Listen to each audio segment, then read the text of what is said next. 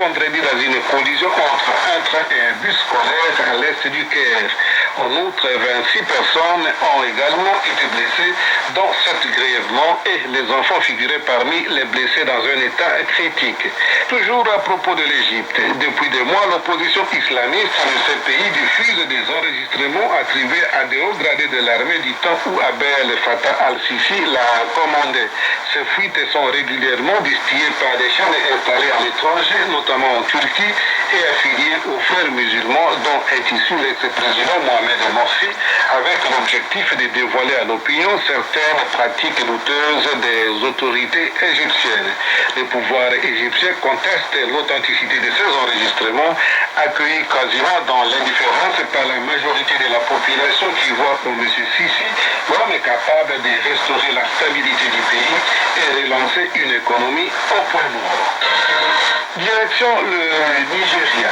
Le bus transportant les joueurs des Canopias, une équipe du championnat de football au Nigeria, a été attaqué par des hommes armés dans le sud-est du pays, faisant au moins 5 blessés par balle parmi les joueurs.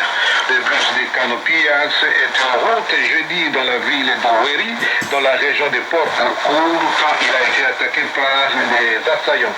À la suite de cette attaque, le match d'ouverture du championnat national nigérien entre les Canopias et Heartland, prévu samedi à Owerri, a été reporté. En Côte d'Ivoire maintenant, les luttes de pouvoir au sein du Front populaire ivoirien fondé par Laurent Gbagbo ont connu un nouveau rebondissement avec l'annonce jeudi soir par une fraction du parti de l'éviction de son président Pascal Affi-N'Guessan, éviction aussitôt démentie par l'intéressé. Principal parti d'opposition, le Front populaire ivoirien est divisé en deux camps.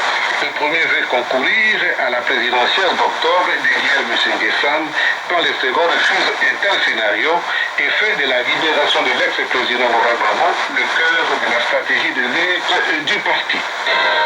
La haute cour de Mwanza au nord de la Tanzanie a condamné jeudi à la peine de mort 4 personnes reconnues coupables du meurtre d'une albinos. Ces condamnations interviennent quelques jours après que le président tanzanien Jakaya Kikwete ait promis de tout mettre en œuvre pour mettre fin à ces attaques contre les albinos.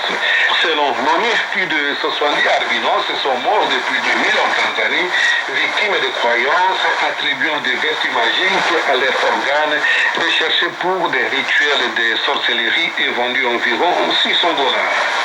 En Afrique du Sud, la femme accusée d'avoir kidnappé un bébé il y a 17 ans et récemment confondue par la famille biologique de l'adolescente a été présentée au juge et laissée en liberté sous caution vendredi au Cap.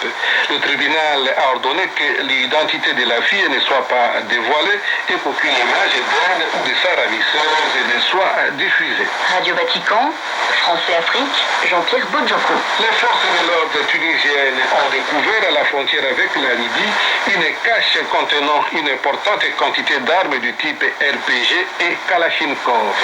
La garde nationale tunisienne a ainsi arrêté 2 véhicules dans la région frontalière de Ben Guerdane, dans lesquels elle a découvert 3 fusils d'assaut, puis une traque l'a amené vers une cache contenant une grande quantité d'armes du type Kalachnikov, roquettes RPG, grenades et munitions. La frontière libyenne avec la Tunisie est un haut lieu de trafic en tout genre, notamment de carburant, de produits manufacturés et alimentaires. L'hôpital El Marouf de Moroni, principal hôpital des Comores, n'accueille plus de patients depuis bientôt 5 jours en raison d'une pénurie d'eau et d'électricité. L'établissement, communément appelé hôpital de référence des Comores, est ainsi plongé dans le noir. La compagnie nationale des Argentés ne parvient pas à entretenir les infrastructures existantes et les pénuries chroniques qui exaspèrent la population touchent les nombreuses localités de l'archipel.